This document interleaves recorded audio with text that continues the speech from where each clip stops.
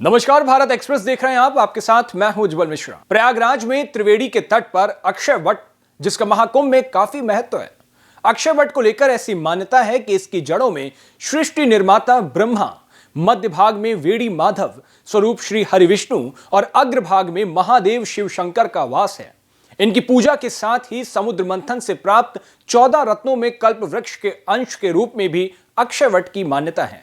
पुराणों के मुताबिक सर्व सिद्धि प्रदान करने वाली आध्यात्मिक शक्ति के केंद्र के तौर पर प्रसिद्ध अक्षय वट ने मुगल काल और अंग्रेज के शासन में दंश झेला है।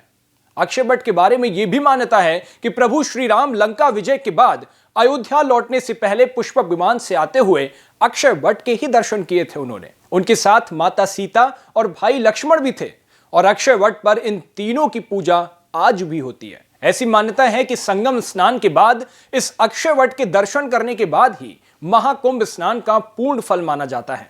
उसके साथ ही अक्षय वट को लेकर कई पौराणिक कथाएं भी प्रचलित हैं। मान्यता है कि जैन धर्म के प्रथम तीर्थंकर ऋषभदेव ने इसी वृक्ष के नीचे ज्ञान प्राप्त किया था। मुगल काल में जहांगीर ने इस अक्षय वट को काटने का प्रयास किया था, लेकिन बार बार काटने के बाद भी वट वृक्ष जड़ से खत्म नहीं हुआ।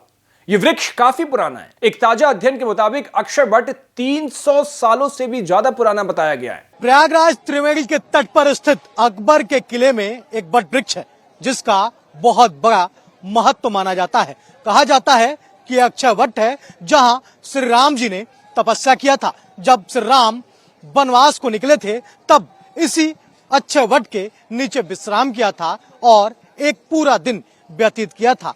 इसके साथ ही कई अन्य पौराणिक कथाएं भी इस अक्षय वट के साथ जुड़ी हुई हैं। यह अक्षय वट तकरीबन 300 वर्ष पुराना है। इसी अकबर के किले में इस अक्षय वट का स्थित है और यहाँ लोग पहुंचते हैं, पूजा पाठ करते हैं, दर्शन पूजन करते हैं। और यह भी कहा जाता है कि ये अक्षय वट 300 वर्ष पुराना है और इसके साथ ही जैन धर्म के प्रथम तीर्थंकर ऋषभदेव ने भी इस वृक्ष के नीचे ज्ञान प्राप्त किया था। मुगल काल में जहांगीर ने इसे काटने का भी प्रयास किया। वजह थी इसके साथ जुड़ी आस्था। किला परिसर में ही कई और वट वृक्ष हैं जिनकी अपनी अपनी प्राचीनता है, लेकिन इस अक्षय वट का दर्शन पूजन करने के लिए, देखने के लिए लाखों की संख्या में श्रद्धालु पहुंच रहे हैं और इसका दर्शन कर रहे हैं। ऐसी मान्यता है कि इस अक्षय वट के दर्शन किए बगैर महाकुंभ का स्नान फलित नहीं होता है।